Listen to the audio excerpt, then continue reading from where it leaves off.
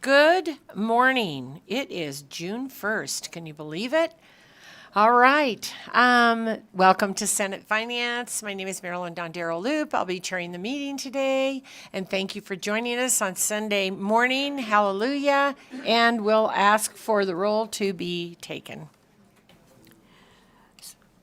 Senator Buck, Senator Canizaro, Senator Neal, Senator Nguyen, Senator Stone, Senator Taylor, Senator Titus, and Chair Dondero Loop.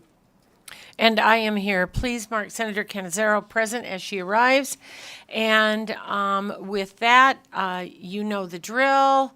Cell phones silenced. And please make sure to state and spell your name for the record and hand a card to the committee secretary if you have one so that we have accurate information. With that, I appreciate all of you being here. We are going to go slightly out of order to get a few people where they need to be. And we are going to start, and you're going to have to help me out, Assembly Member. That's what I thought. Okay, we're going to start out with Assembly Bill 514. I know some people need to get back upstairs to Ways and Means, so I'll try to help you out here. Thank you, Chair, Vice Chair, members of the committee. Tracy Brown May for the record. I proudly represent Nevada Assembly District 42. I really appreciate you taking me out of order on this fabulous Sunday morning. Assembly Bill 514 comes from the Joint Interim Standing Committee on Health and Human Services. This measure is really meant to help us comply with the Department of Justice, a ruling that we have. I'd like to invite up Ms. Stacy Weeks with our Medicaid division, as she has all of the financial information relative to this bill. It does really great stuff. It's about rehabilitative residential mental health care and how we can develop that in our communities. The bill is very straightforward. It did have a policy hearing on the Assembly side as well as a financial hearing, and we are in front of you today to discuss this model. Really, I'm happy to stand for questions, and I will turn it over to Ms. Weeks for the financial impacts. Thank you very much and welcome, Ms. Weeks, and please go ahead when you're ready. Good morning, committee members. Stacy Weeks for the record. Everything in your bill right now in section 17.5 in the current reprint is accurate. The general fund impact of this new model of care, which is meant to be a temporary model, a group home model for young adults as well as adults. From 2025 to 2026, the general fund impact is $30,800. Mostly that first year is going to be implementation and either getting a waiver or a state plan 1915I. The second year general fund impact is $551,899.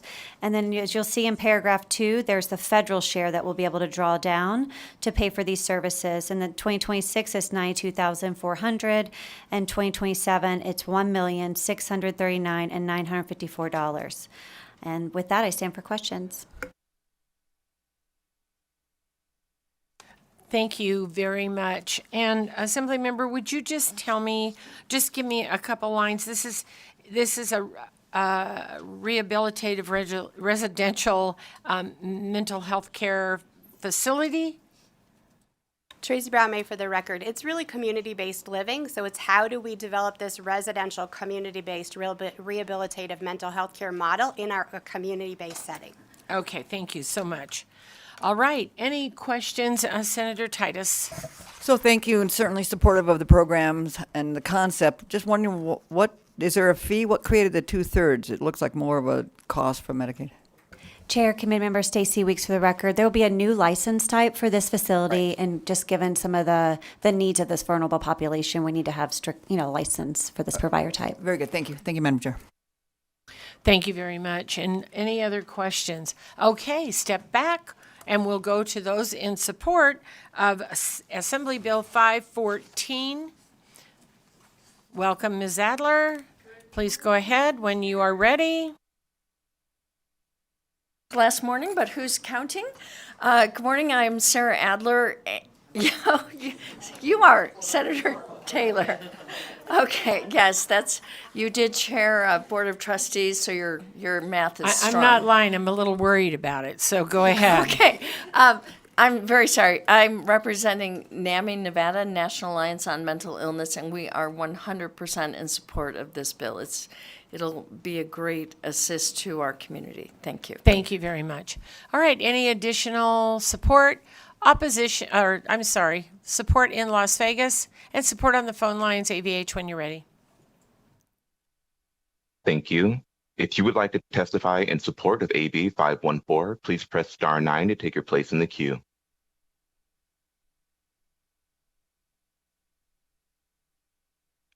There are no callers wishing to provide support testimony at this time. Thank you very much. And we will go to opposition here in Carson City, in Las Vegas, and on the phone lines, please. If you would like to testify in opposition to AB 514, please press star 9 to take your place in the queue.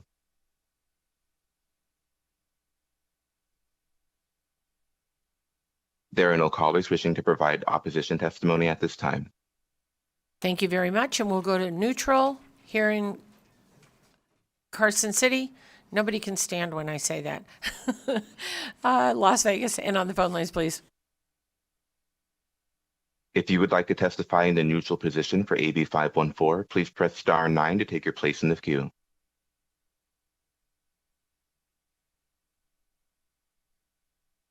There are no callers wishing to provide neutral testimony at this time. Thank you very much. And any closing remarks? Okay. Thank you very much for joining us this morning. And we'll close the hearing on Assembly Bill 514. And we will open the hearing on Assembly Bill 585. Is that correct, Mr. Killian? Welcome to Senate Finance. We'll try to get you in and out so you can continue all the other side of this important job that you have. Please go ahead when you're ready. Thank you, Madam Chair. Asher Killian, Legislative Counsel. And just to give you a heads up, the Speaker is on his way up to handle some of the political side of this bill. As your legislative staff, we do not support or oppose any particular piece of legislation. I am here on this bill because it relates entirely to the functions of my office. So I'm here to help give you a little bit of insight about the effects of the bill and to be available for any questions you may have.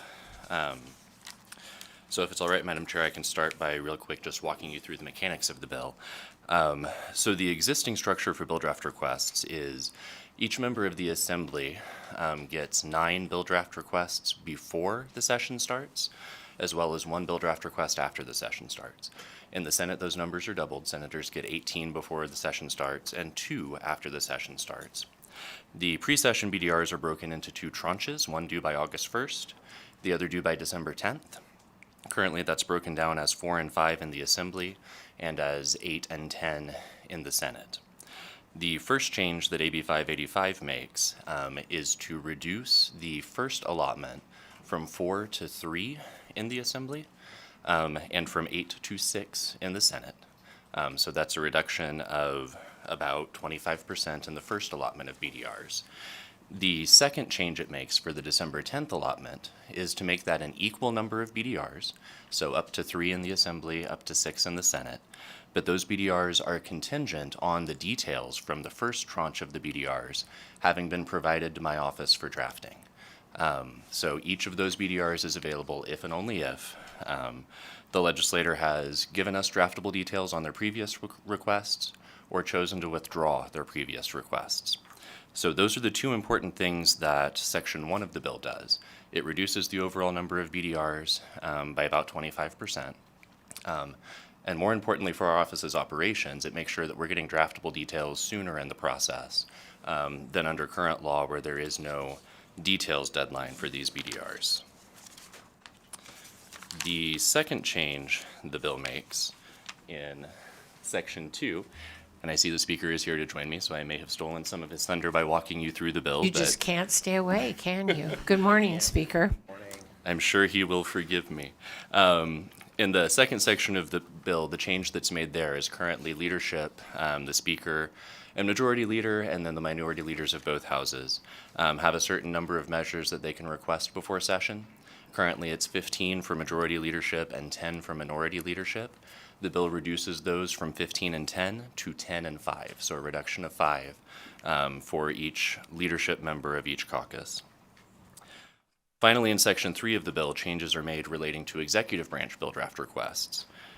Each of the constitutional officers other than the governor has their number of BDRs reduced. Lieutenant governor, state controller, state treasurer currently get 3, 5, and 5. Those are each reduced by 1. The secretary of state gets 6, and then an additional 2 shortly before session. Those numbers are each reduced by 1. And then the attorney general gets 20. That number is reduced by 4 to 16. The second change this section makes, currently the governor can request 110 BDRs before session for the general operations of the executive branch, and an additional 5 BDRs by the 19th day of session for proposing his or her legislative agenda. The change that the bill makes to that process is it retains the same number of BDRs, but those 5 legislative agenda BDRs, which are typically the very large BDRs that come in the middle of session, the request deadline for those is moved up to August 1st, like the other 110 BDRs for the governor's office. So it's still the same number, the governor just provides us notice earlier. That move up to August 1st would be in a year where there is not a gubernatorial election preceding session. So we have an incumbent governor who will be returning to the next session. If there would be a gubernatorial election before the next session, that deadline is instead moved up to the first Monday in January preceding the regular session, so Inauguration Day. So currently those BDRs are available to the incoming governor. This bill would retain that, having those BDRs be available to the incoming governor, and instead his request would come after Inauguration Day. The second important part of those legislative agenda BDRs is those are typically used to propose the governor's agenda from the executive budget, which is confidential until 14 days before session. This bill retains that ability for those requests to be confidential by having an introduction deadline for those BDRs of 10 days before the legislative session. So the governor can still hold those until after he or she presents the executive budget, and then pre-file those BDRs before session, but after the executive budget so that he or she can maintain that confidentiality through that appropriate time period. At this point, Madam Chair, I'll hand it off to the speaker for any of his prepared comments. I'll be available for any questions. I also have some fiscal information on what the effects of this BDR would be on my office, just because this is a money committee and I got the question in the other house, so I will come prepared this time. Perfect. Good morning, Speaker. It's June 1st. Good morning, Chair Don Darrelloot, members of the Senate Finance Committee, Steve Yeager for the record. Thank you to Mr. Killian for kicking off the presentation. I don't have a lot of remarks other than, as I've moved up in leadership, I've had a little bit more of an intimate view into the bill drafting process and trying to get that managed from a leadership perspective. And so certainly some bill draft requests are being reduced here, but I think the real impact of this bill is motivating all of us to get our details in sooner. And I say all of us because I'm guilty of that too. You put the requests in, a lot of times they're placeholders. Mr. Killian and his staff do a great job of sending you those emails saying, can we get the details? And we're all in the midst of campaigns or daily life. And what ends up happening is, we often wait until the last minute. And so I don't think we're using legal's drafting capacity in an efficient way, because they're often just waiting for us to give us those the details, and then they're trying to draft them all at the last minute. So this sort of process where to get more BDRs, you have to actually get the details in, or you have to withdraw the previous BDRs, I think will help that. And then I think on the governor's side too, and we were very thoughtful about how to structure that, but maybe it's fitting that we're here on a day 119 and we still have a couple of really omnibus governor bills that are Senate bills that are still in the Senate. So we're gonna have to waive the constitutional 3-day read rule. And I just think, no disrespect to this governor or any other governor, but those policy bills tend to be large omnibus bills. I mean, if a member came to me and had 75 ideas on a bill and it was 500 pages, I would say, we're not hearing that and it's not getting drafted because of the amount of time it takes. Governor's certainly entitled to do that, but I think for us, it would have been really helpful. Imagine if we'd had those 5 policy BDRs a couple weeks into session, and we would have had, 100 plus days to really vet those and work on those, and so it's not this mad scramble at the end of session. And again, it's just that the incentives aren't aligned to get those in earlier. And from the public's perspective, I think that's a better way to go as well, because there's more of an open process, more of a vetting process, rather than what we end up with in the last couple days of session. So that's the motivation behind the bill, and would certainly be happy to answer any questions, as I know taking away BDRs from legislators is a subject that we tread very lightly upon, because we're very possessive of those bill draft requests. Thank you, Chair. Thank you very much. And can you address the fiscal piece of this, please? Thank you, Madam Chair. Asher Killian, Legislative Counsel. So what gave me some insight into what the fiscal impact of this would be is we made some shifts in the legal division this session to try to return bill drafts to legislators earlier in the process than in the past. The challenge there is obviously we can't draft bills until we have details, but that gave us some insight into what the process would look like if drafted were shifted earlier into the time before session.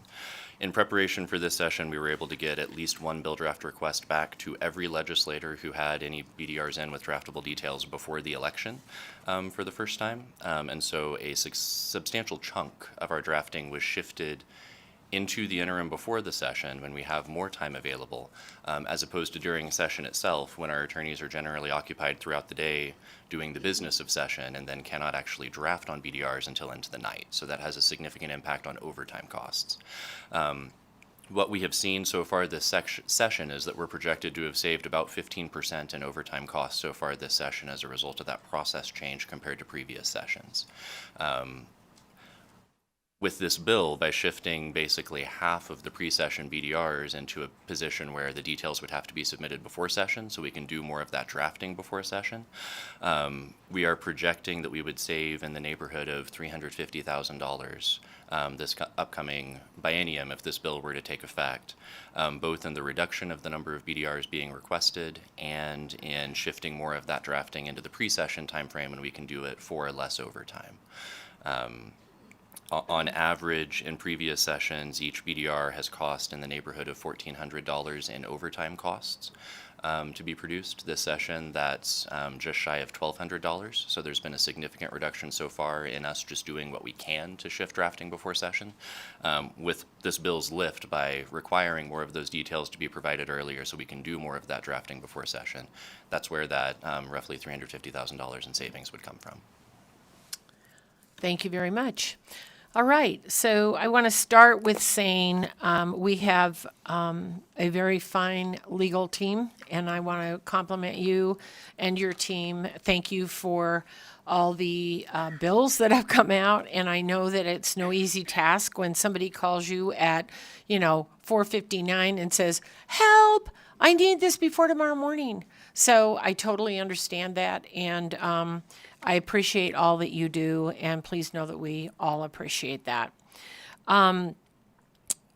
I have joked that I thought we should have a session with no bills and just fix what we have, right? So this is a great idea, because I think that, we just need to be more succinct and thoughtful.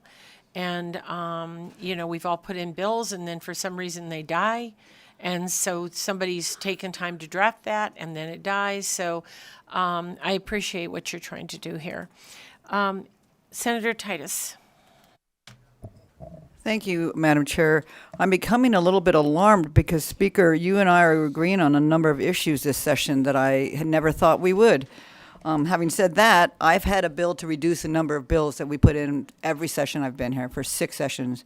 I really like this bill, obviously, because it's a bill that I've had. I have a couple questions, though.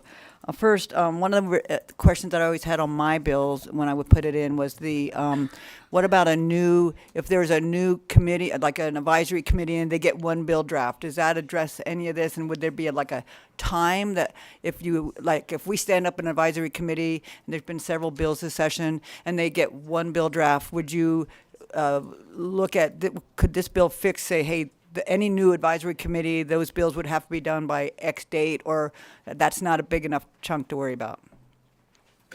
Steve Yeager for the record. Through you, Chair, to Senator Titus. This bill doesn't address that, but I think, I think we've tried to be thoughtful when we create those committees.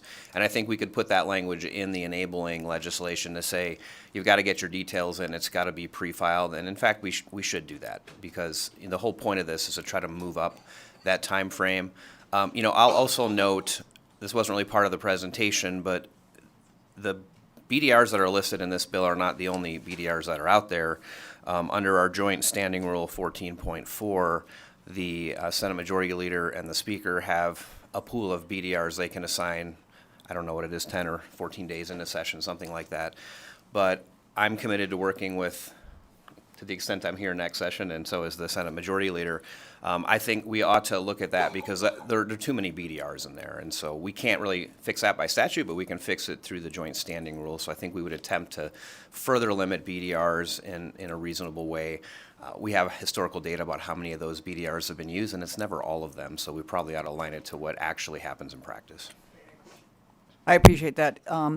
The next question I have, one of the things you mentioned, the governor's huge bills that he has put through, but it's my understanding that he had them to you weeks ago, and that it's a kind of a priority in drafting that you get so many listed, and it's so does it address maybe prioritizing some of these omnibus bills that are being presented? Say the governor's office gets first shot at it because I know they had them drafted before yesterday. I mean, I know they were there. I've seen copies and all of those things.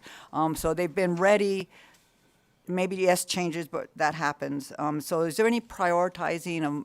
I've been told it's when you get them. And so, and then certain majority leaders may say, hey, I need this now. And I know the chair of this committee said, she reaches out and says, I need this tomorrow. How do you prioritize when you get these requests?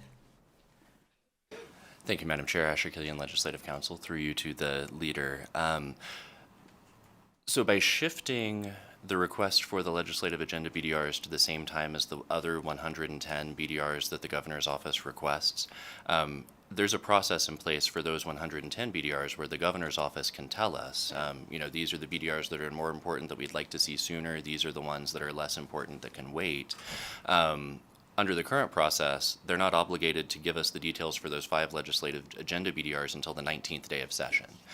So by moving this up to the same August 1st deadline, not only do we get an additional 6 months to draft those BDRs that are very sizable, it enables the governor to appropriately prioritize those among all of his or her other requests, so that we can be drafting on them sooner, but also drafting the more important bills first.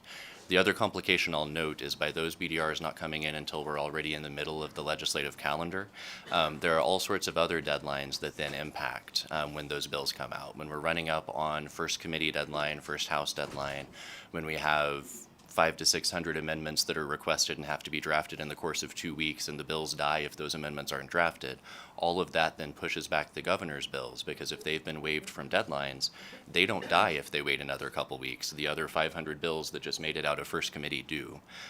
So by moving this process to be before session, it will help us to draft all of that more efficiently and help to solve some of those delays that are caused by the drafting happening during the legislative process.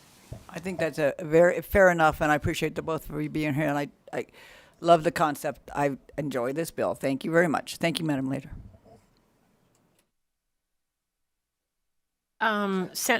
Senator Neal.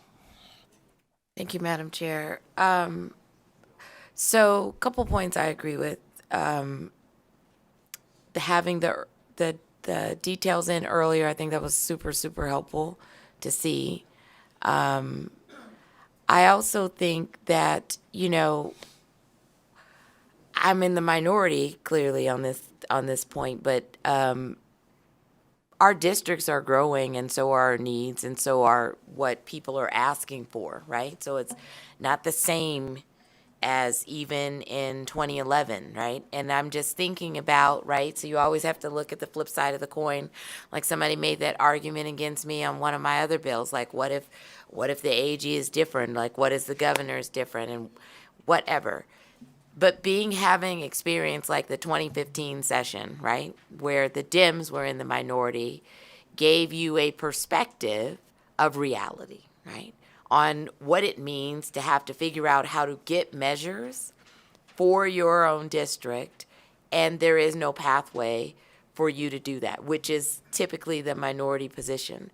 And how we try to manage, this reduction in the bill draft request, yes, savings, but trying to figure out, like, how do we make this, because if you only have 5 and then the majority party has 10, but there are like great needs that need to be mitigated, what do we do with that? And I mean, and then second to that point, like an assembly district is larger now.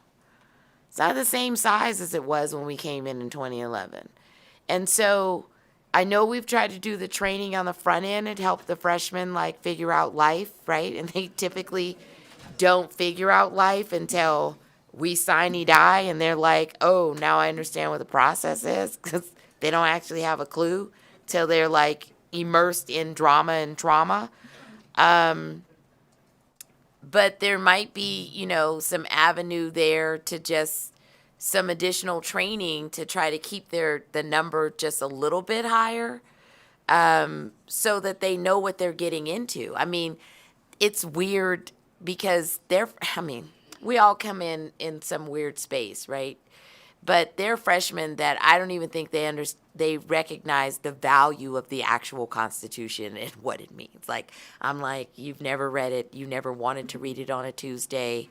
But there are, I think there are other things that we can do to help them understand, like, what truly is the power of a legislature and how you need to whittle your policy around. Steve Yeager for the record. I feel like I'm in church. That was nice. I understand those concerns, and I guess I look at a couple of things. One, I think the bill is pretty measured in terms of what we're trying to do. We tried to come up with what we thought were reasonable reductions. I will just say, I don't know if this question was asked, but someone in the assembly said, well, how many fewer BDRs would this bill actually result in? And it depends how many incumbents win elections versus how many new folks win. But essentially, it'd be a reduction of anywhere between 186 to 270 BDRs. 270 is probably not likely because that would be an entire turnover of the assembly in one election cycle, which is probably not going to happen. But, I think about if you look at the BDRs that are requested now, so many of them are either never drafted because details don't get put in, or they're drafted and the legislator just decides not to advance the concept. So there is some, I don't know how to phrase that, but there's some number of those that are happening already. But to your point, we certainly could get folks better prepared. There will still be the Joint Standing Rule 14.4 BDRs. Those are available to the majority party, but even in that, even in this bill, the emergency measures are still going to apply both to the majority and the minority party. So I think there are vehicles out there for important concepts. Obviously, the majority is going to have more of those, and that's just sort of the way the world works. And to your point, we sort of saw the other side of that in 2015. But I think when I looked at this, I tried to not look at it from a partisan lens, but from, can we do something to cut down a little bit on this, what can be madness at the end of session, which not only frustrates the new legislators, but frustrates us and frustrates the public about how fast things move. But certainly open to suggestions if there are things in here that you're not comfortable with. And some of my folks too didn't like it, right? Because no one wants to give up any BDRs. But I kind of look at, for the good of the order, this is what I think is a reasonable first step. You have a follow-up comment? Please. So I get it, I understand, and I think, and this is going to get me in trouble, but we're signing die tomorrow, so I don't care. I think this session, more than anything, right, we saw a lot of not necessarily policy, but do nothing. I don't know what you wasted this time on is for, right? It didn't matter who it was, which side of the party, But, and I just don't want us to make an emotional decision because we're tired and we're like, why do we hear this do nothing? We call it the do nothing category. You might call it something else in private. But the thing is, and now we're saying, all right, you know what I'm saying? Because sometimes I understand this was thoughtful, but I just, when you're emotional and you make decisions, like, you're just like, I just don't want us to make that mistake, right? Because I'm not over 2015. And measures, I mean, they literally brought stuff that was like from the 1982, and they were like, we're going to do it today and ram it down your throat. And then we had no tools, right? We were in the midnight hour trying to figure out how to get stuff for DEMS and swimming, right? And I don't know. I mean, we're currently not in the minority party, but I never want to clip if we become the minority party. You understand what I'm saying? Yeah, Steve Yeager for the record. Understand what you're saying. I will say that really the genesis of this bill was what Mr. Killian talked about, the fact that we had all those BDRs that were actually introduced and available online before session. It was actually really nice to be able to go and look at those, right? Before it was like you'd have a handful of them. And so in crafting this, it was more about how do we make sure we can just get things drafted sooner so that we can thoughtfully consider them. So, I mean, that really is to me the number one part of the bill. To your second point, I would just note that it is a reduction of everybody's bills, minority, majority, but I understand the concerns. Thank you very much. And with that, do you have any other comments? Any other information we need to have?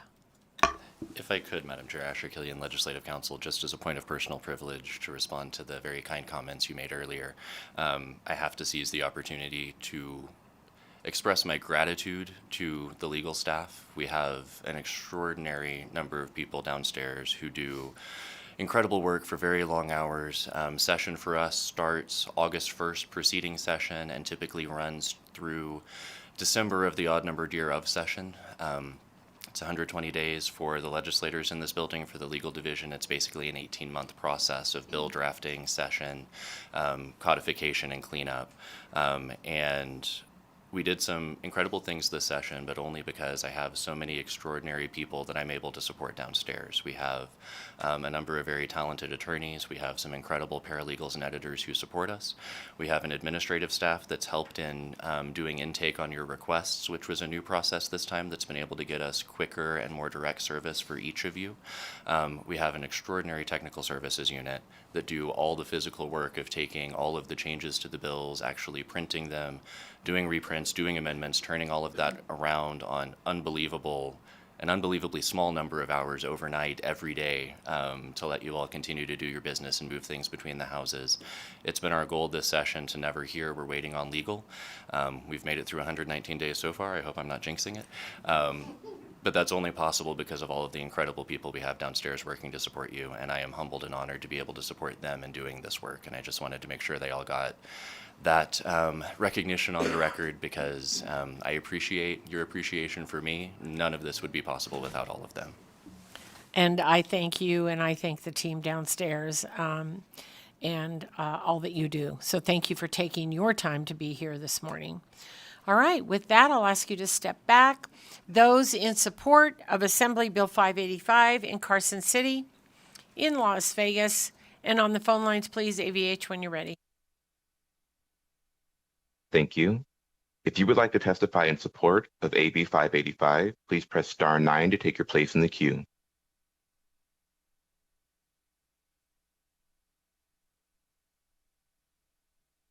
There are no callers wishing to provide support testimony at this time. Thank you very much. We'll go to opposition here in Carson City.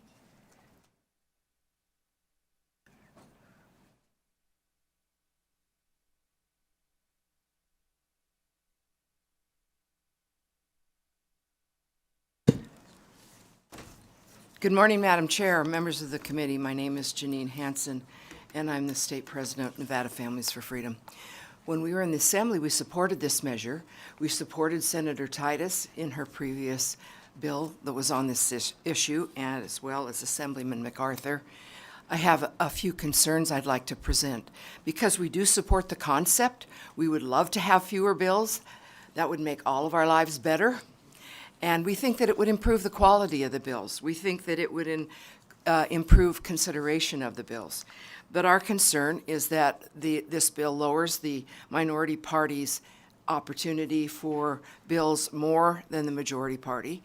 And that's one issue that we have. We are a little bit concerned about the governor, if he has the opportunity to fully consider his large policy bills. We've all been overwhelmed at the end of this legislature with policy bills, huge ones from all kinds of places, and that's a real problem for us, all of them, especially you in this committee. One of the issues that's not addressed by this bill that I think needs to be considered, and I think Senator Neal mentioned it, and I appreciated that is so many times the minority bills are never heard. One of the things this does not address is the fact that committee bills are almost always majority party bills, and so that's another area where they're getting more bills in committee bills. And we never hear things, even if the public supports them with overwhelming support, like having no men in women's sports. A lot of these bills are never heard, and we have considerable concern about that.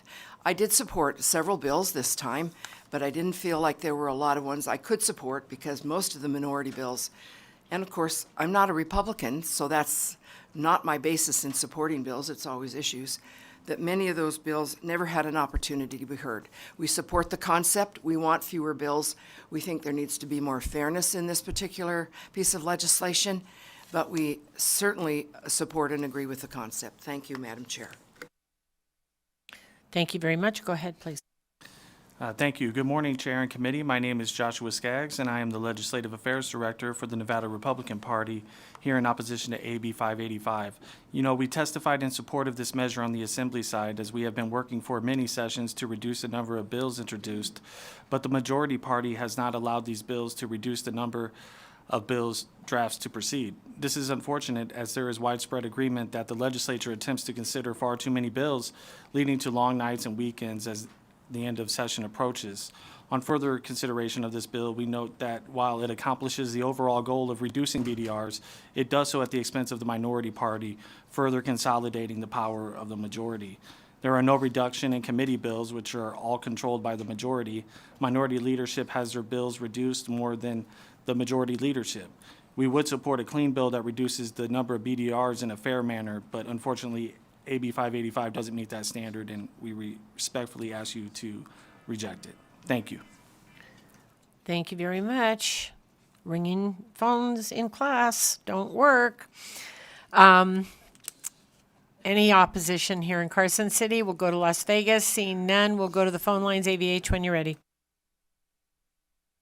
If you would like to testify in opposition to AB 585, please press star 9 to take your place in the queue.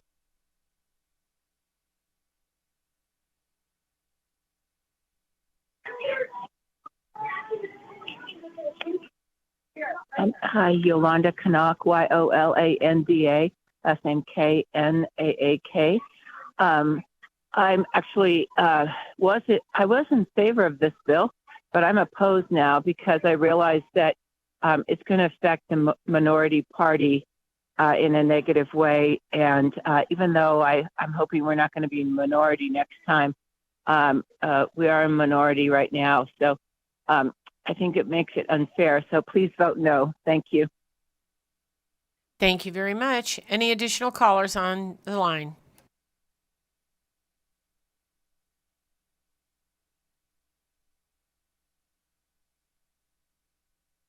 Yes, Chair, one moment.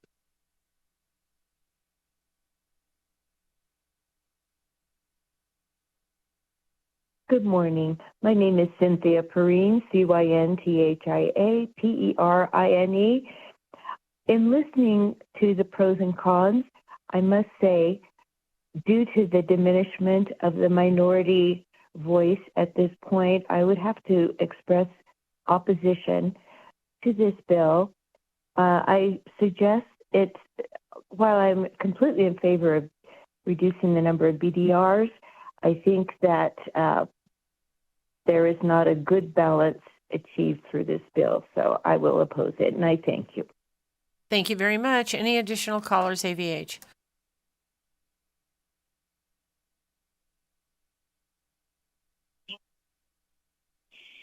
Hi, good morning. Katrin Ivanov, IVANO Frank. By the rules of the committee, if you oppose on one thing, you have to oppose. I really like the spirit of the bill. However, I would ditto Ms. Janine Hansen's remarks that it does nothing to give more power to the people, to the voice of the people. Also, I think the number of pages of the bill should be limited. That doesn't address any of that. Just there is no any, and I never really understood why different representatives are allowed to have different amount of bills when all of the representatives are approximately representing the same amount of people. So I honestly think all of you should have the same amount of bills, and let's limit them to 5. That would be, I don't want steps in the right direction. I want to, when you guys do a bill, to fix as many issues as possible, not one bill, one issue at a time. So how about you limit, everybody has 5 bills, and the limit the number of pages for bills. So we, the people, have also the time, because we don't have help and a whole department that help us reading those bills and dissecting them. We're just doing them one by one, and most of us don't have an attorney degree either. So you have to make it easier on us to be able to follow what is going on.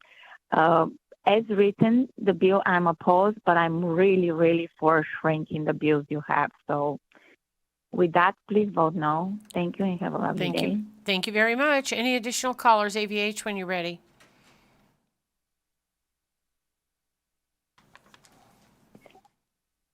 Good morning. This is Tammy Romo, T-A-M-I-R-O-M-O. I'm opposing this bill as it does. I do like the reduction in bills. However, with most of them being exempt, it still causes a traffic jam towards the end of the session. This session, I dedicated most of my time and effort almost every day to read almost every single bill. And yeah, it's pretty complicated, and you know, it's like reading IRS language some of the time. So I do agree with the previous caller that maybe the bills need to be a little bit shorter. And I absolutely do not agree with bills being introduced a week before session is over, like the 597 one. And also holding on to the minority party's bills until the last minute so that the people aren't able to read completely either one of the bills, whether it came, no matter who it came from. You know, so I don't like those game ploys of waiting till the last minute on minority bills and pushing through the majority bills, you know, at the last minute where people don't have time to read. I think that's totally unfair. And I agree, we need to fix everything that's wrong, just not one step at a time, not placate one issue and ignore the other issue. So I oppose this bill. Thank you. Thank you very much. Any additional callers in opposition? If you have recently joined us or have yet to speak and would like to testify in opposition to AB 585, please press star 9 to take your place in the queue.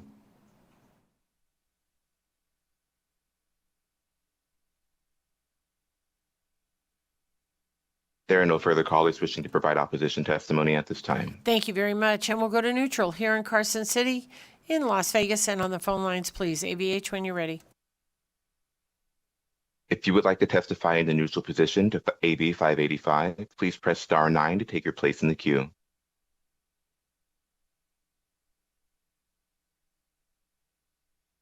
There are no callers wishing to provide neutral testimony at this time. Thank you very much. Any closing comments, Speaker? All righty. With that, thank you both for being here this morning, and we'll close the hearing on Assembly Bill 585. And just as a note, we have a hard stop at 11 o'clock, so if we don't get to the bill, you may have to do a turnaround. But we're going to go to our Assembly member, Torres Fawcett, and start with Assembly Bill 494. She needs to get to Ways and Means at some point, and so we will go to you and welcome and thank you for joining us this morning. Thank you. This is the most amount of times that I've ever spent in Senate Finance this legislative session, so I'm excited to be back. Isn't it fun? It's such a blast. Thank you, Chair Don Darrell Loop, and committee members. I am Assemblymember Selena Torres Fawcett for the record, and I proudly represent Assembly District 3. I am here today to present AB 494 in its second reprint for your consideration. Was it in its second reprint yet? Yes, it's in its second reprint. And I do have a proposed amendment that has already been submitted to the team. We had been trying to work on this amendment to be presented in the Assembly side, but obviously we are running with low on time, and I wanted to make sure that it got to the Senate in a timely manner. And so this is the amendment that we have proposed as well. Federal laws such as the IDEA, the Family Educational Rights and Privacy Act, and the Health Insurance Portability and Accountability Act, Title 6 of the Civil Rights Act of 1964, Title 4 of the Education Amendments of 1972, and the Elementary and Secondary Education Act, as recently reauthorized in the Every Student Succeeds Act, or ESSA, provide foundational protections for students across the country. These laws safeguard the rights of students with disabilities, ensure the privacy of educational and health records, and prohibit discrimination based on color, national origin, race, and sex. However, in an era of shifting federal policies, we cannot take these protections for granted. AB 494 establishes a safeguard by enshrining these protections into state law should they ever be repealed. It also grants the Nevada Department of Education the power to adopt regulations necessary in order to implement these laws at the state level. In fact, there was a Republican colleague of ours in the Senate who presented a very similar bill that was limited to just IDA. The fiscal impact, we've been hard to work with NDE on amending AB 494 to eliminate the fiscal burden and maximize collaboration with the legislature. With the chair's permission, I'm going to go ahead and walk through the final conceptual amendment, which will now direct the reports regarding the continuation of federal laws to be prepared by the agency with the appropriate subject matters. So, as in the amendment, Section 4 of HIPAA would be assigned to the Department of Health and Human Services. Section 5 would be assigned, Section 6. Section 5 of the bill on Title 6 of the Department of Human Resource would be assigned to the Department of Human Resource Management. Section 6 of Title 9 would be solely NCHE, whose institutions have Title 9 office to support this work. And Section 6.3 on ESEA will be solely with NDE, since the Act is exclusively a K-12 bill. I would like to note that these amendments, NDE would be able to remove their fiscal note entirely. At this time, I'm open for any questions. Thank you very much. Thank you for being quick. No fiscal note is always a good thing. And with that, I will ask if there are any questions on this particular bill. All righty, if you want to step back, we'll go straight to those in support here in Carson City.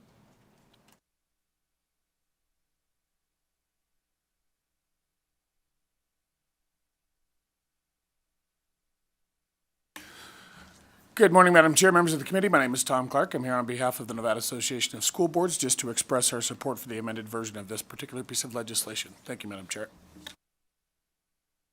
Brad Keating, for the record, representing the Clark County School District. We are also here in support of the amended Assembly Bill 494. Thank you. Good morning, Madam Chair and members of the committee. For the record, my name is Mary Przenski, representing the Nevada Association of School Superintendents, and we are in support of the amended bill. Thank you. Thank you very much. All right, we'll go to Las Vegas. Seeing none, we'll go to the phone lines. AVH, when you're ready. If you would like to testify in support of AB 494, please press star 9 to take your place in the queue.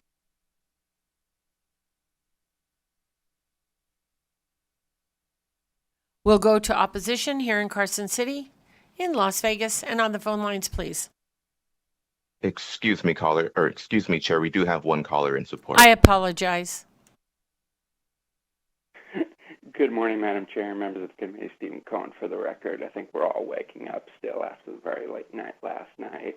I think it's extremely important until we have an idea what's going to happen federally to ensure that the rights of students with disabilities are protected in state law. Thank you. I yield. All right, thank you very much, AVH. I will ask you if there are any other callers on the line. There are no further callers to provide support testimony at this time. Okay, thank you very much. Now we'll go to opposition here in Carson City, in Las Vegas, and on the phone lines, please, ABH, when you're ready. If you would like to testify in opposition to AB 494, please press star 9 to take your place in the queue.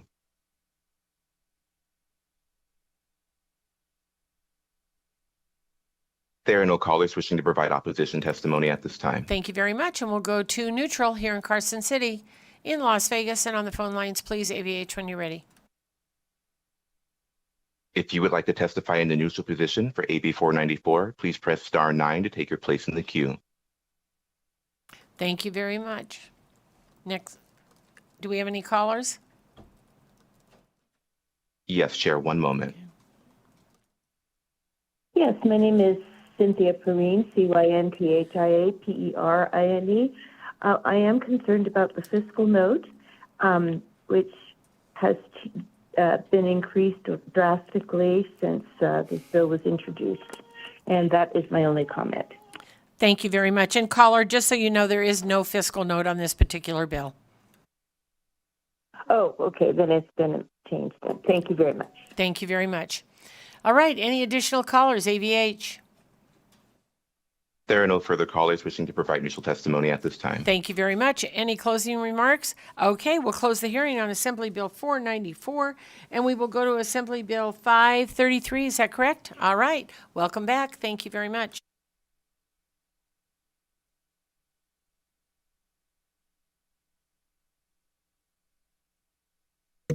Thank you, Chair and members of the Senate Finance Committee. It is so great to be back here. I know it's been a long time since I was last here. I am still Assemblymember Selena Torres-Fawcett. I proudly represent Assembly District 3 in Las Vegas, Nevada. I am presenting AB 533 in its third reprint. I think there may have been some type of amendment sent to you, but there was some type of confusion. So if you don't have it, ignore what I'm saying.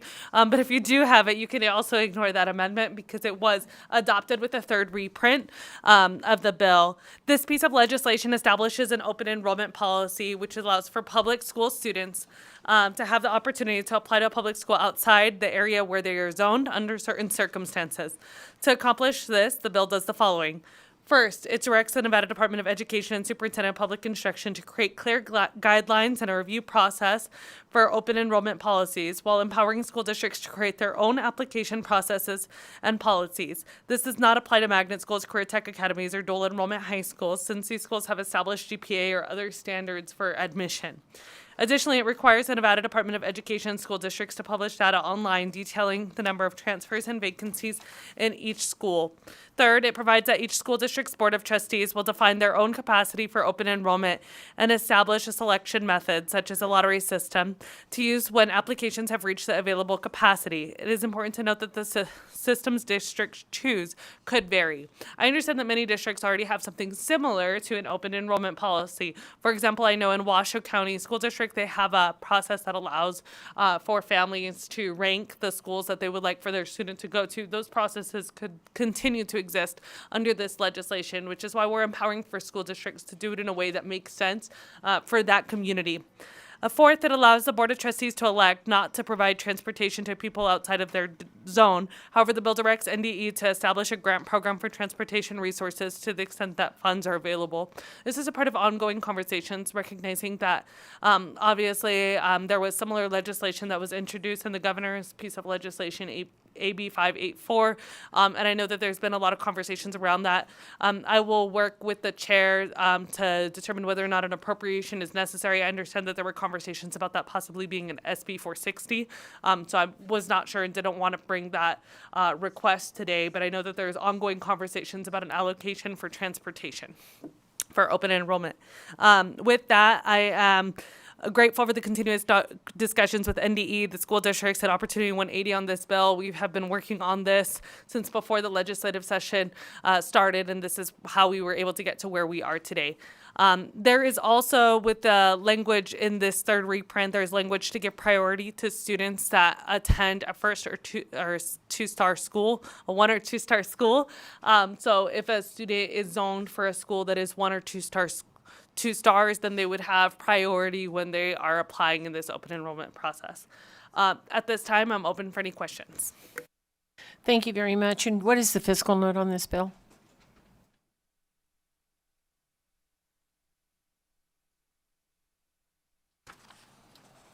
Is there one?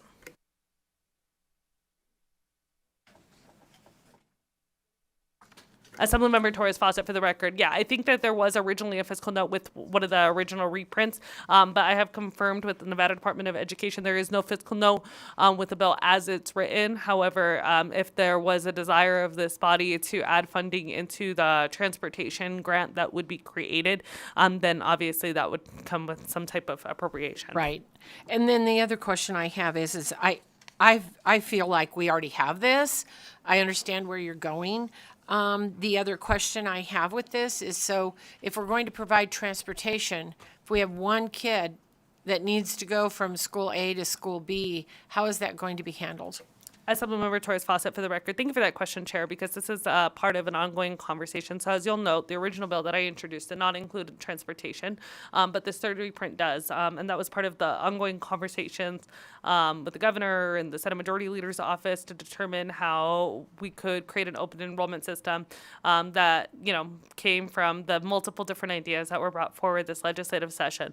Ultimately, the desire of, and what came out of that conversation was the desire to allocate funding for transportation that would be administered through the Department of Education, either directly to families or to like a third-party service provider that could then direct those funds to families that need those funds to have transportation. And so the department in this third reprint would be responsible for creating the guidelines for what that looked like, whether or not they were, but it does require that the families demonstrate quarterly that they continue to be enrolled. What I didn't want was for a family to enroll in a school and then leave just to get whatever benefit comes from that program, so that those funds could be allocated quarterly, whether it was just a stipend or whether or not it was bus passes. However, it was determined by the department that made most sense. So how is this different than I know there's some differences, but how is this different than right now if I go over to whatever school X, my kids are zoned for school A, and I go over there and I get a zone variance? It's not a magnet. I just want them closer to where I work, or I want them closer to where my mom can pick them up, or whatever I'm doing. Thank you. Assemblymember Torres Fawcett for the record. Thank you for that question. So zone variances have kind of been eliminated over the last couple of years from my conversations with CCSD, and we've moved to COSA, which is the change of school assignment. Part of the challenge is obviously even yourself as chair of the Education Committee, or Vice Chair of Education, Chair of Senate Finance, weren't aware that we had this opportunity for COSA, right? And so I think that's a part of the ongoing conversations and challenges with the current system. Additionally, this piece of legislation does require transparency. So if, I as a parent wanted my student to attend a school that was different from where we were zoned, I might look at 5 different school options and I'm going to apply to them, but I have no idea whether or not any of those schools have openings available. This does require transparency quarterly from those schools so that I could see this school has 10 seats available, or, oh, that school has no seats available. I'm not even going to apply there because there's no openings at that school. So it gives a little bit of more transparency. Quite honestly, it supports the work that a lot of the districts are already trying to do, but it improves the transparency so that families are aware of where their options continue to be. And then finally, how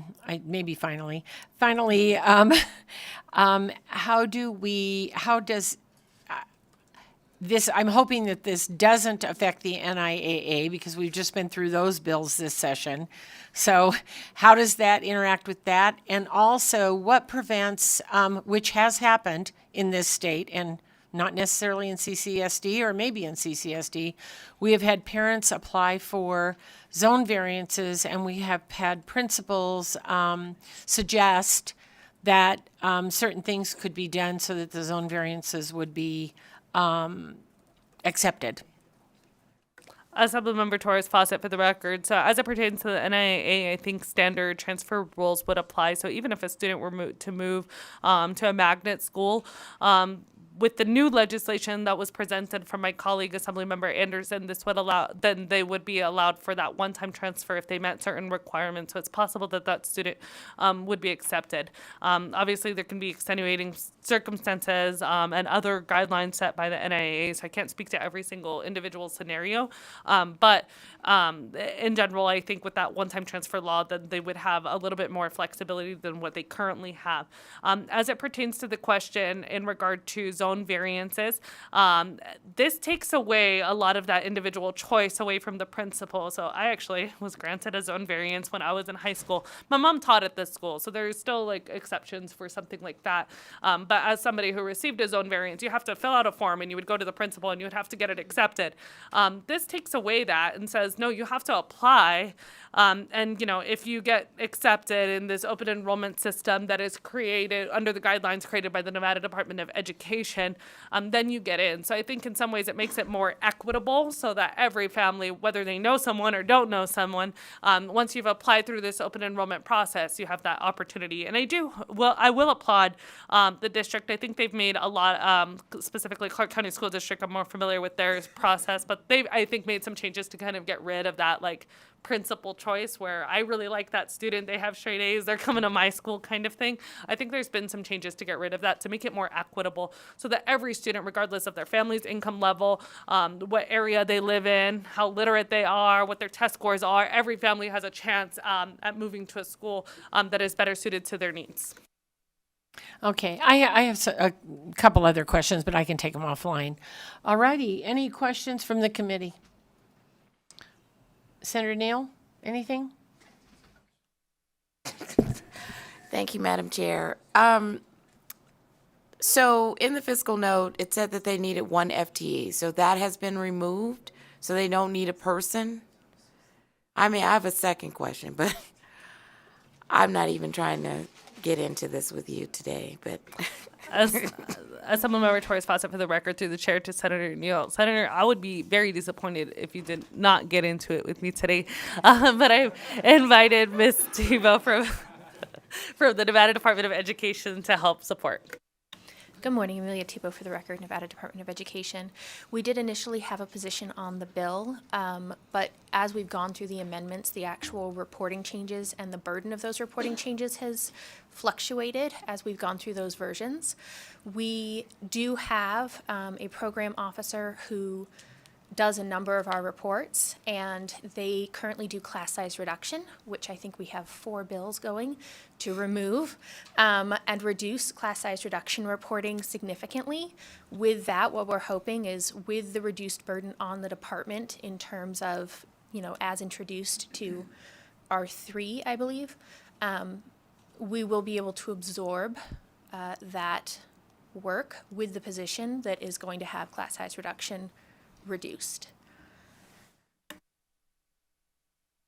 let me get this right. Okay, so you're going to absorb the position with a position that is set aside for class size reduction? I'm not hearing this right. Amelia Tebow, for the record, I apologize. We have an existing position that is responsible for about 10 different types of reports. Some of that reporting is class size reduction, which several bills are working to reduce the burden of. To that end, rather than needing additional help, we will be able to shift around the workload within that position to accommodate the reporting required for AB 533, keeping in mind that the actual amount of work on the department between the bill as introduced and R3 has been reduced. I hope that clarifies. Thank you very much. All right, additional questions? Okay, thank you very much, and thank you for the information. And with that, if you'll step back, we'll have those in support come forward. And Chair, if you don't mind, I'm going to head back to Assembly Ways and Means. And thank you again for all your assistance in education, even on my bills. So thank you. So I could be here and you could be there. Thank you, Assembly Member. All right, please go ahead. Thank you, Madam Chair. Nathaniel Wall, Clark County School District. We want to express our support for this bill. It is pretty much what we already do at the Clark County School District, where we have thousands of students who take advantage of it. For anyone listening who would like to know more about the COSA program at Clark County School District, I'd encourage you to go to itsyourchoice.ccsd.net. Thank you, Madam Chair. Thank you, and good morning, Madam Chair, members of the committee. For the record, Trevor Parrish with the Vegas Chamber. The Chamber is in support of this measure. Thank you. Thank you, Madam Chair, members of the committee. My name is Tom Clark. I'm here on behalf of the Nevada Association of School Boards. We really want to give the Chair of Education a lot of credit for the work that she's done on this particular piece of legislation, especially as it works in the mix. But the school boards across the state are very much in support of this legislation. Thank you, Madam Chair. Good morning, Madam Chair and members of the committee. For the record, my name is Mary Przenski, here representing Nevada Association of School Superintendents. And just as you pointed out, Senator Dondero Loop, school districts are doing a lot of this, but this does formalize it more, and we appreciate the bill. Thank you. Thank you very much. All right, seeing no more support here in Carson City, we'll go to Las Vegas. Seeing none in Las Vegas, we'll go to the phone lines, AVH, when you're ready. Thank you, Chair. If you would like to testify in support of AB 533, please press star 9 to take your place in the queue.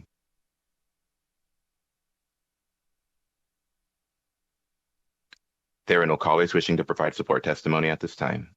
Thank you very much. We'll go to opposition here in Carson City, in Las Vegas, and on the phone lines, please, AVH, when you're ready.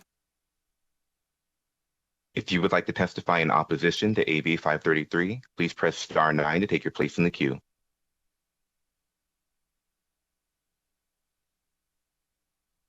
There are no callers wishing to provide opposition testimony at this time. Thank you very much. We'll go to neutral here in Carson City, in Las Vegas, and on the phone lines, please.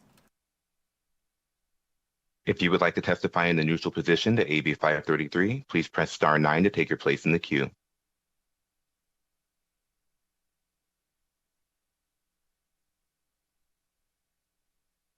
Good morning again, Katrin Ivanov, IVANOFF.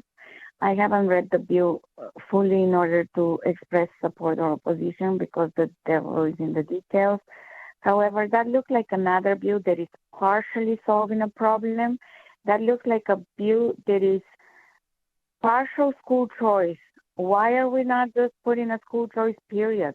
Why people have to be limited by the zip codes where they live? Not everybody can afford to live in a good area, but kids should be allowed to study in good schools instead of prioritizing kids from bad schools to be moving to good schools. There should be a better way of how we're doing things.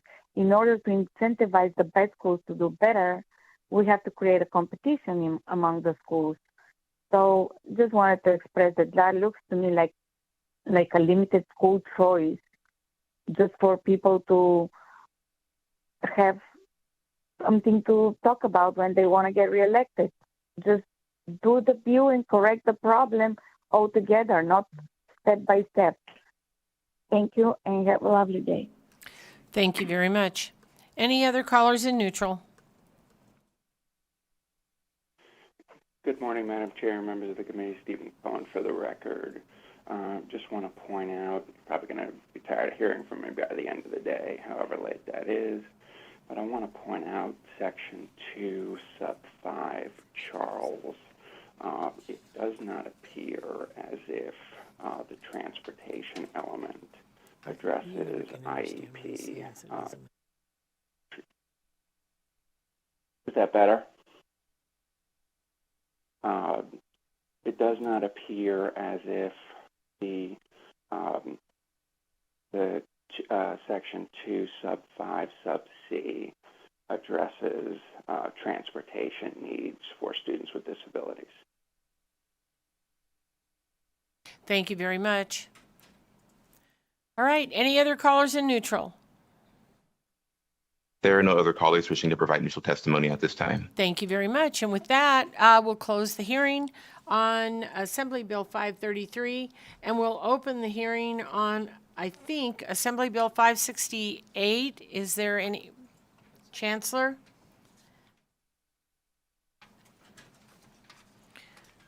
Please go ahead when you're ready. Good morning, Chair Dondero Loop, members of the committee. For the record, Patricia Charlton on behalf of the Nevada System of Higher Education today. I am here to present Assembly Bill 568, which makes appropriations to the Nevada System of Higher Education for cost of living adjustments. This appropriation, while originally included in the governor's recommended budget, was ultimately submitted as an amendment via a one-shot appropriation. This funding is vital to our institutions to support student success and institutional stability. Without it, our institutions may be forced to reduce academic offerings and critical student success, resulting in delayed graduation timelines and increasing financial burdens for students, particularly at a time when federal financial aid is uncertain. And she is not asking for a change in policy, and funding this appropriation helps to preserve quality, access, and equity in Nevada's higher education system.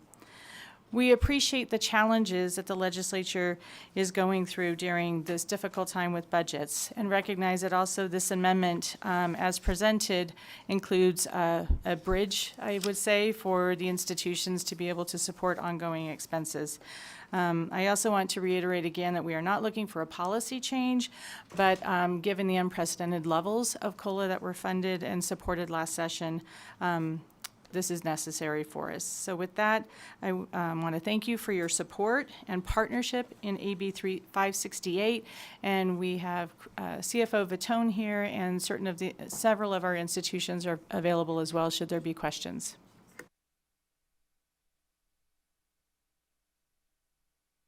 So am I correct that this bill is about $28 million per year? That's correct, Chair Dondero Loop. For the record, Patty Charlton. Thank you very much. All right, any questions on this particular bill?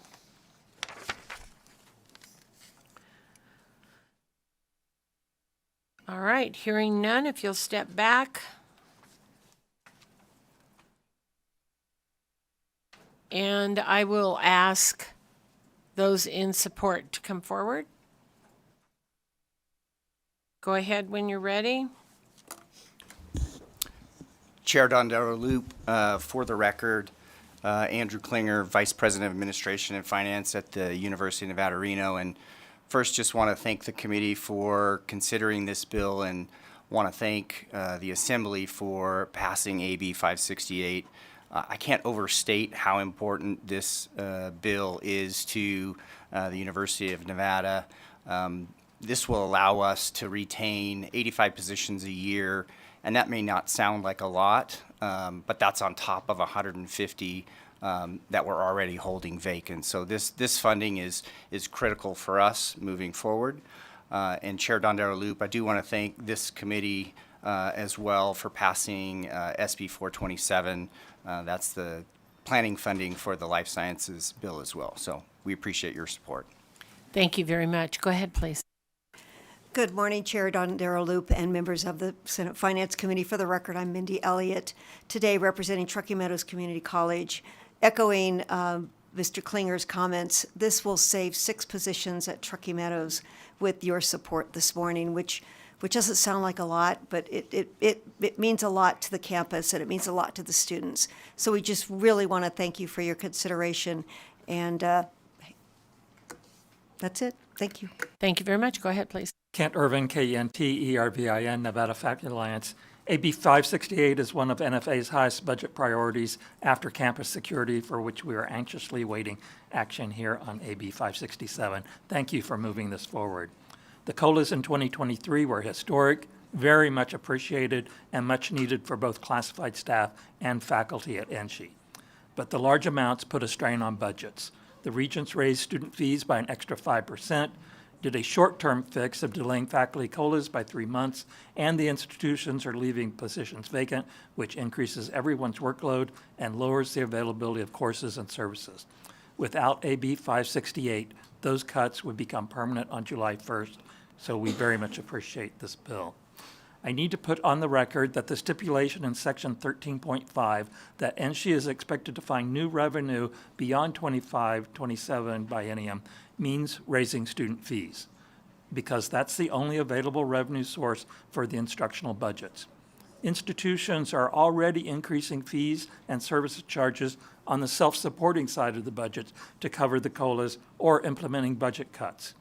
We will encourage our institutions to focus all available revenue on our core educational missions, but we recognize that additional student fees increases may be necessary with this as one-time funding, especially in an era where federal actions are reducing enrollment by international students who contribute non-resident tuition.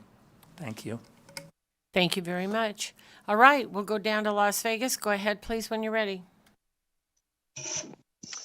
Good morning, Madam Chair. This is Chris Heavey, President of UNLV, and I just wanted to echo the comments of our colleagues about how vitally important this bill is to the continuing success of UNLV.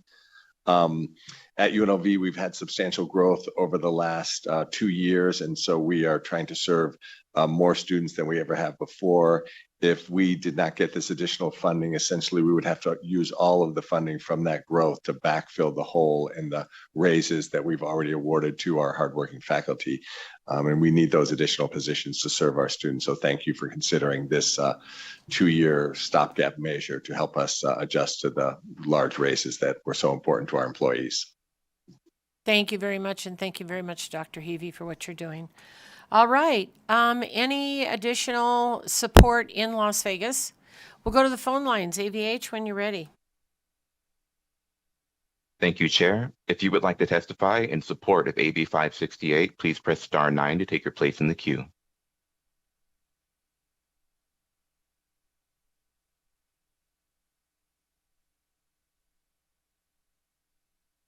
Doug Unger, DOUG, UNGER, UNLV Chapter President, Nevada Faculty Alliance. We thank legislative leadership for coming up with innovative solutions to fund higher education during these challenging budgetary times. The UNLV Nevada Faculty Alliance strongly supports AB 568. Thank you.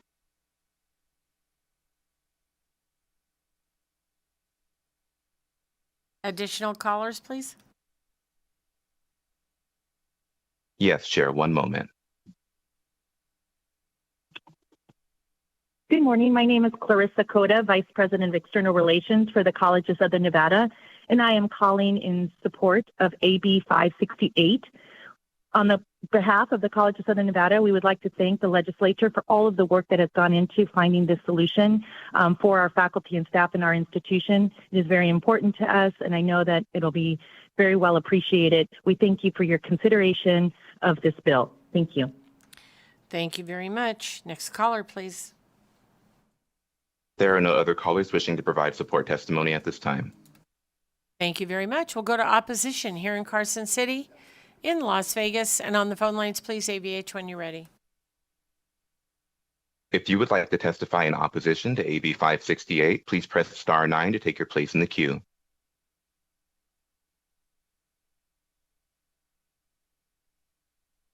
There are no callers wishing to provide opposition testimony at this time. Thank you very much. And those in neutral here in Carson City, Las Vegas, and on the phone lines, please. If you would like to testify in the neutral position for AB 568, please press star 9 to take your place in the queue.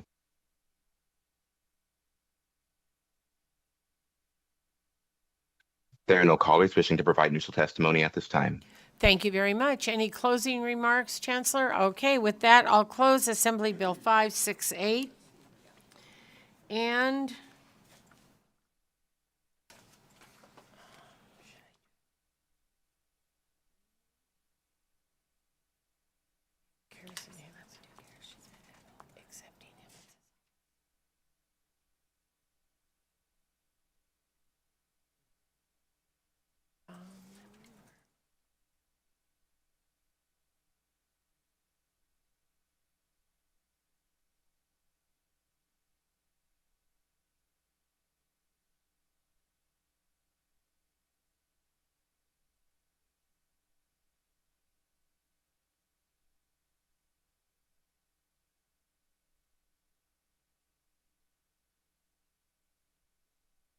all right, we just had to make sure our records were right up here.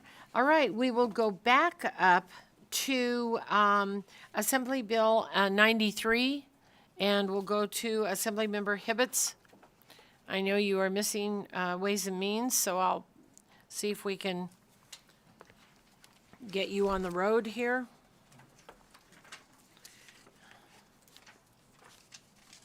And please go ahead when you are ready.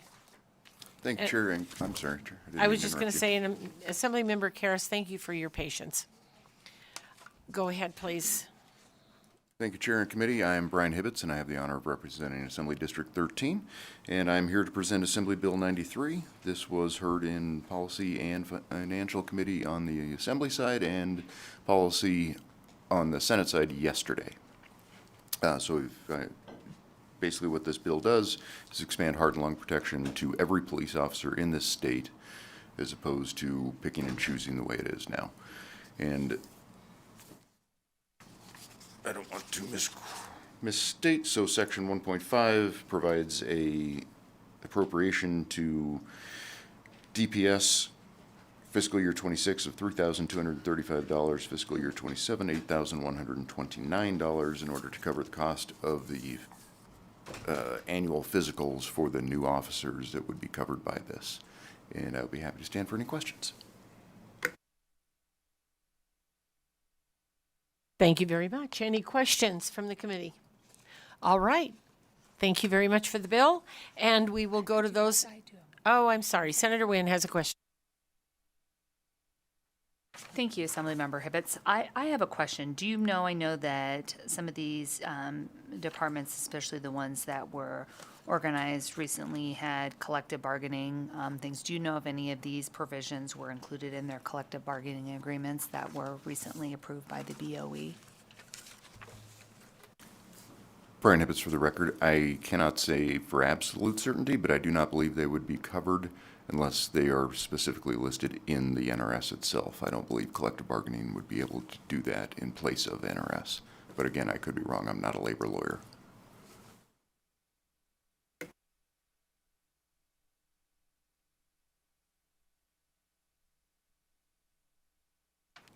All right. Any other questions from the committee?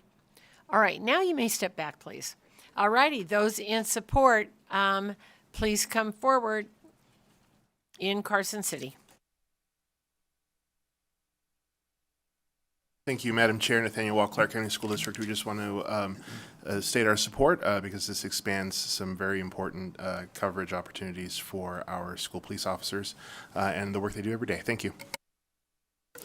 Good morning, Madam Chair, members of the committee and staff. For the record, my name is Rick McCann, and I'm here today representing the Nevada Association of Public Safety Officers and the Nevada Law Enforcement Coalition.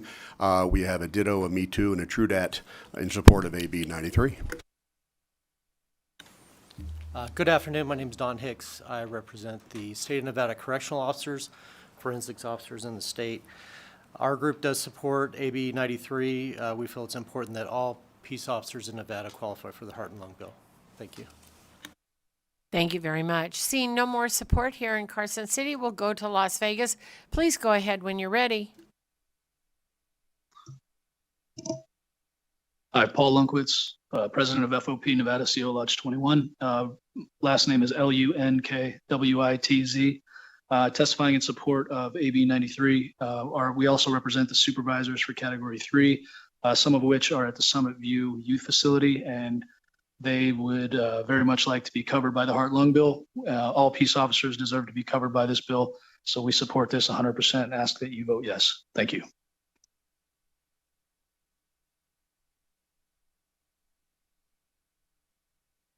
Thank you very much. And we will go to the phone lines, AVH, when you're ready.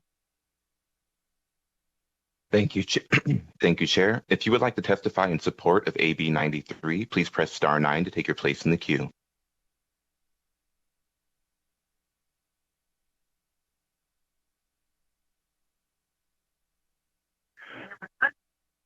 Good morning, Madam Chair, Vice Chair, and committee members. For the record, my name is David Ballantyne. I serve as the Vice President of the Police Officers Association of Clark County School District Police Department. I want to extend my gratitude on behalf of our membership and the other police agencies across the state for your time and attention to AB 93, commonly referred to as the Heart and Lung Bill. Over the past 2 years, this bill represents a critical pursuit to secure essential heart and lung benefits for law enforcement agencies across the state that currently lack these protections. The significance of this legislation cannot be overstated. It has the power to save the lives of our first responders. The implications of AB 93 extend well beyond the Clark County School District Police Department. They affect every law enforcement agency currently denied the same protections as their peers in other jurisdictions. We urge your support for AB 93, ensuring it is enacted into law this session. Together, we can protect those who bravely serve and safeguard our communities. Thank you. Next caller, please.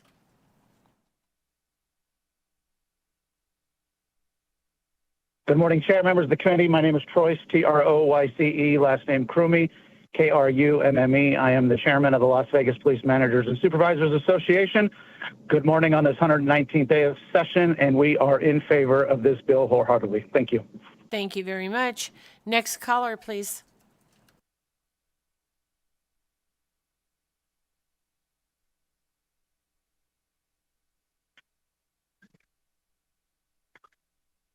Good morning, Chair Dondero, Luke, members of the committee. My name is John Abel. I'm the Government Affairs Representative for the LVPPA, represent the City Marshals. I want to give a true dat.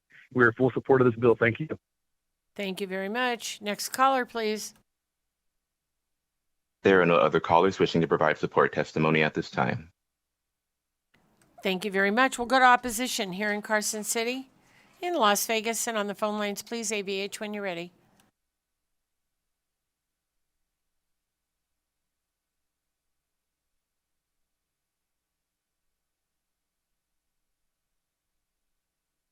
If you would like to testify in opposition to AB 93, please press star 9 to take your place in the queue.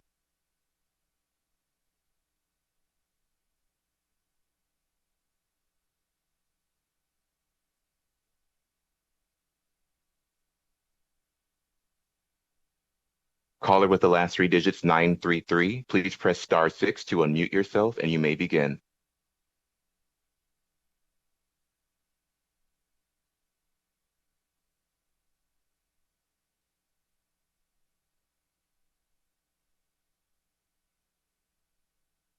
Once more, caller with the last 3 digits 933, please press star 6 to unmute yourself and you may begin.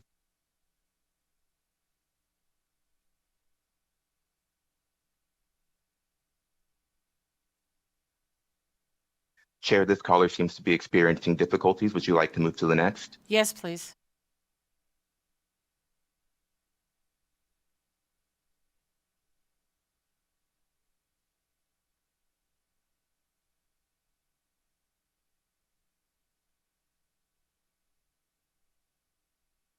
Hi, my name is Katrin Ivanov. I was trying to testify in support. For some reason, it didn't let me do it. I'm just going to say ditto for sake of time. We appreciate. But I'm in support. Okay, we appreciate your time. Thank you very much. AVH, is there anyone else on the line? There are no other callers wishing to provide testimony at this time.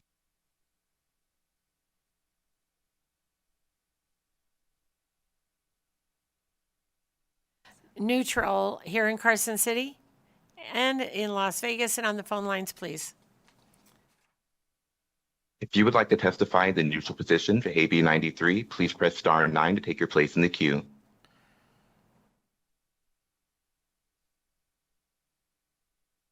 There are no callers wishing to provide neutral testimony at this time. Thank you very much. Any closing comments?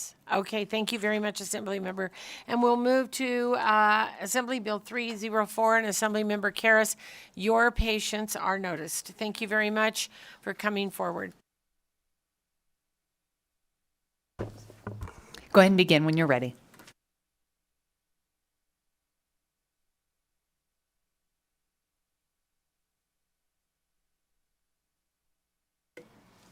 We're going to try and get you out by 11 o'clock as fast as I can. Good morning. The chair has left for a moment, but for everyone else, thank you so much. I'm happy to be here at the Senate Finance Committee. I'm Assembly Member Venice Karras, and I have the honor of representing Assembly District 10 in Las Vegas. Thank you for allowing me to present Assembly Bill 304, which relates to electromagnetic brain pulse treatment, otherwise known as EMBP. Just a bit of background, since it's had a policy committee in the Assembly and Ways and Means, and I'm now here before you, but this is not a very familiar treatment. So EMBP treatment uses various medical devices to uniquely image electrical activity in the brain, identify areas that may not be functioning properly, and most importantly, stimulate the neurons with the goal of restoring optimal brain function using a non-pharmaceutical, non-invasive method. In recent years, research has shown this treatment can effectively treat neuropsychiatric disorders, including major depressive disorder, anxiety, and substance use disorders and addictions. The Assembly Amendment number 910, it did not yet get drafted into the second reprint, but it resulted in removing the DHHS fiscal note that exceeded $15 million. The letter stating such has been submitted to the committee. I also do have Andrea Rivers here if you'd like to confer that she still agrees that it's a zero impact. AB 304 is a bill now for data collection, analysis, and quarterly reports on the EMBP treatment pilot program that be submitted directly to the Director of the Legislative Council Bureau. In addition, we checked back with all the municipalities who originally claimed no fiscal impact and have received responses stating the amendment does not affect their original assessment of zero fiscal impact. These counties include Churchill, Clark, Douglas, Elko, Humboldt, Lyon, Pershing, and Washoe. Also included was Carson City. And with that brings me to the end, because I know you're all needing to stop, and I'm ready for questions. Thank you, Assemblymember Karras. And just for our members, I know you had mentioned that it had not been reprinted. We actually have the second reprint. So the copy of the bill before you, members of this committee, I know that there's an attached document, but the one is actually incorporates that into the actual bill language. Do we have any questions? I know that this was not something I was particularly knowledgeable about, so I did a little Googling. So it sounds like this is something that is like an approved treatment that is utilized, and so I did learn a lot about this. Any other questions?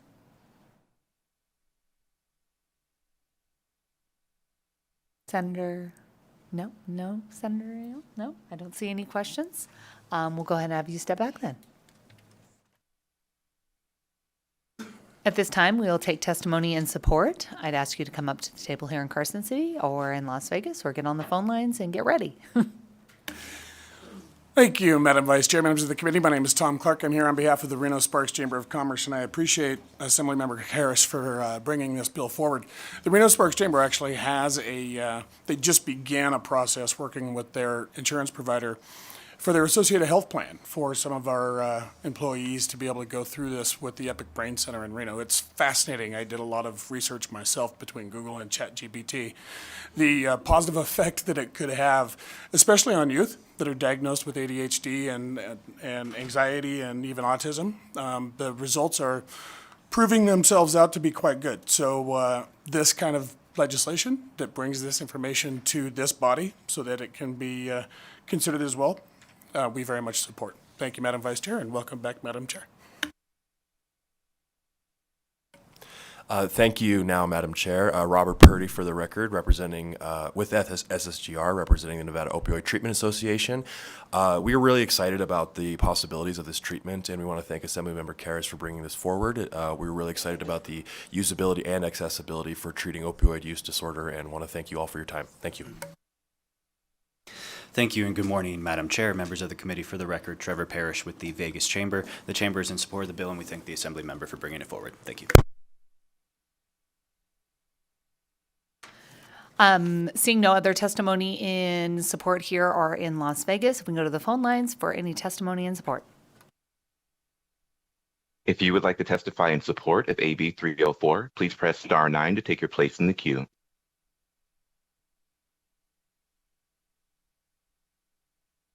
There are no callers wishing to provide support testimony at this time. Thank you. If we can go now to opposition testimony, seeing no one here in Carson City or in Las Vegas, we can go to the phone lines for opposition testimony. Thank you, Vice Chair. If you would like to testify in opposition to AB 304, please press star 9 to take your place in the queue.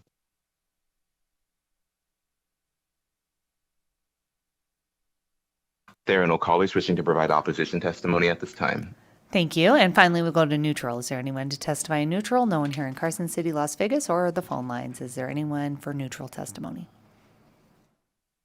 If you would like to provide testimony in the neutral position for AB 304, please press star 9 to take your place in the queue.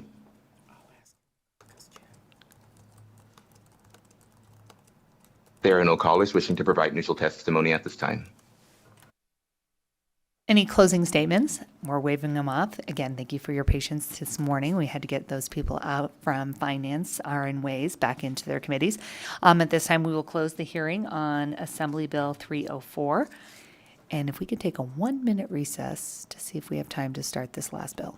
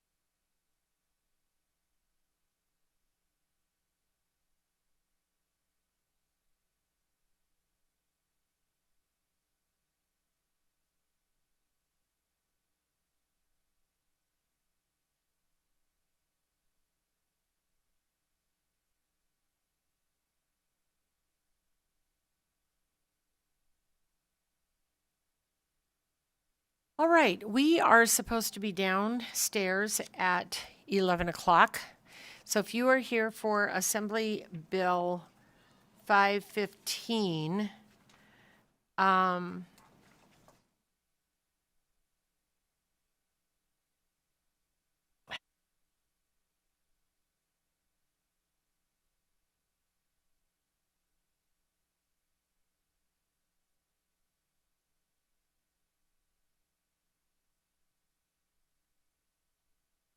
okay, if you are here for Assembly Bill 515, if we can go quick, we will do this one last bill.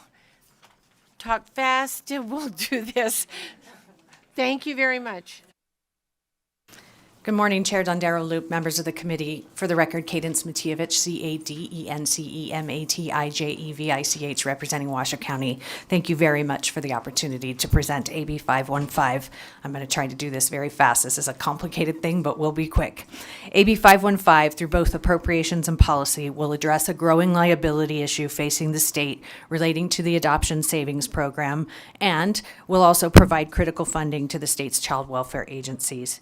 AB 515 does three things. It removes reversion of any funds appropriated to the Adoption Savings Program. The federal government does not place a timeline on when adoption savings funds must be spent by, so funds appropriated for this purpose must be spent and shouldn't be reverted. It provides appropriations of approximately $8 million over the upcoming biennium across the three child welfare agencies, Clark, Washoe, and the rurals as represented by the Division of Child and Family Services, to offset an existing liability. These funds must be used by the child welfare agencies to provide the services required under the Adoption Savings Program. And thirdly, requires the Division of Child and Family Services, the Governor's Finance Office, in consultation with the counties, to perform an audit to determine the actual unfunded liability and to prepare a plan to fund that liability. The plan must be submitted to the Interim Finance Committee by February 1, 2026, and is to be used by the Division of Child and Family Services when they prepare their budget for the following biennia. Madam Chair, I believe that you do have a fiscal note on the original version of the bill that contains information from the Division of Child and Family Services on the estimated amount of the existing liability. We think it's really important that we begin to address this. Failure to do this may bring federal scrutiny that we certainly don't want and could jeopardize our Title IV funding. So with that, Madam Chair, we're available to answer any questions. Thank you. Thank you very much, and I'll go to Senator Wynn. Thank you. And this is recommendations, and this bill is one of the bills that came out of interim Health and Human Services. Isn't that correct?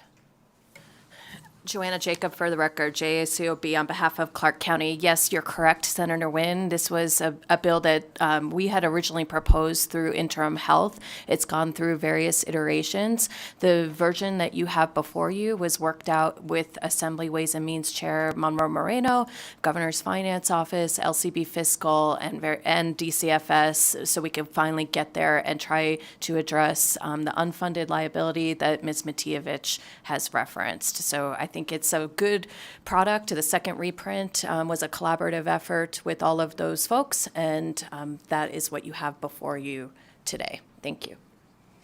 And if we didn't make some of these changes, I know that with the title, it would put at risk, you mentioned that, the risk of our Title IV funding, especially when it came to some of these adoption things. And so I know that being reliant on the federal government, does this put us in a place where we won't have that liability of potentially losing out on about $21 million in some of these programs?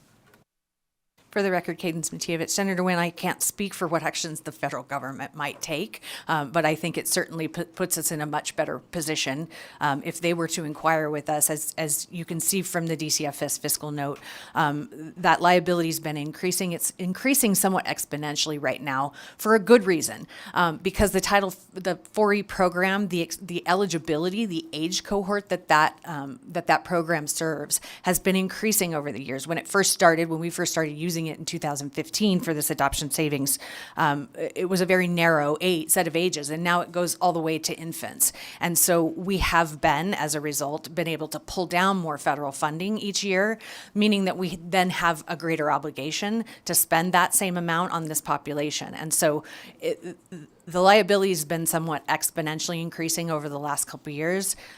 We think it's gotten to a level that might catch somebody's attention. And so putting this plan into place is a really important step. Thank you. Yep, just a follow-up, Joanna Jacob on behalf of Clark County. We felt it was important, particularly this year, because the expansion to babies, kids 2 and under, happened on July 1st, 2024. So we are just now seeing that group coming in to this. And Senator Wynn, this is actually reported by the state on an annual basis to the Children's Bureau. So we have data out there showing this unfunded liability with the Children's Bureau, and that is a concern. I hope that answers your question. Thank you. Thank you. That does answer my question. Thank you, Chair. Thank you very much. Any additional questions? Senator Neal. So, thank you, Madam Chair. So the total amount is how much that's associated with this? Because there's a non-reversion language that's in this second reprint. Madam Chair, for the record, through you to Senator Neal. Senator Neal, the total appropriation over the biennium across the 3 child welfare agencies is $7,983,892. Okay, and so in section 1 where it says does not revert back to the general fund, that was something you guys added in there on the second reprint? Joanna Jacob, for the record, JSCOB. Yes, that is on the second reprint, Senator Neal. The reason why we were able to get to that point is because there is no deadline under the federal law for our obligation to spend that funds. We are required to spend that pot of funding. 30% of that funding has to be spent on post-adoption post-guardianship and prevention activities, but we were getting caught in we have to true up the funds that come in. The state has a challenge there, and then we were getting caught on a biennial budget and the reversion. So the point of no reversion is because we're supposed to spend this money, and there's no deadline at the federal level. So, thank you. Thank you very much. Any additional questions, Senator Neal? Senator Wynn. Can you just describe what these funds are specifically used for and what kind of services that they can provide, just to put it in a context for this committee? Cadence Matievich, for the record, through you, Madam Chair, to Senator Wynn, thank you for the opportunity. I'll try to be quick. This program is actually a really broad program. It's great. It allows, Washoe County stood up a program where families can come and apply for this, adoptive families, foster families, kinship families can come, and it can range from anything from things as basic as utilities, gas. You brought a kid into your family, and now you're going to take them to sports and other things. So maybe you need some more gas money. You need help paying your rent. You need help paying your utilities. But it can also be used for things like respite care for families who need a break, right? Or things like sports, ballet lessons, tutoring. It's a really broad program and allows the child welfare agencies to meet the needs of each individual family. It really is a big assistance for families who've stepped up to take kids, the most vulnerable kids in our state, into their homes. Thank you very much. All right, seeing no more questions, if you'll step back, we'll go to those in support here in Carson City, in Las Vegas, and on the phone lines, AVH, when you are ready. If you would like to testify in support of AB 515, please press star 9 to take your place in the queue.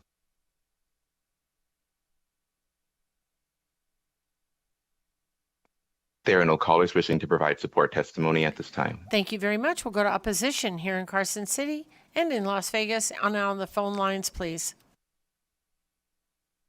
If you would like to testify in opposition to AB 515, please press star 9 to take your place in the queue.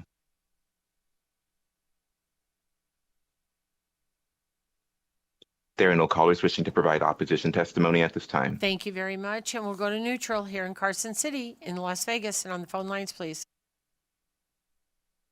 If you would like to testify in the neutral position for AB 515, please press star 9 to take your place in the queue.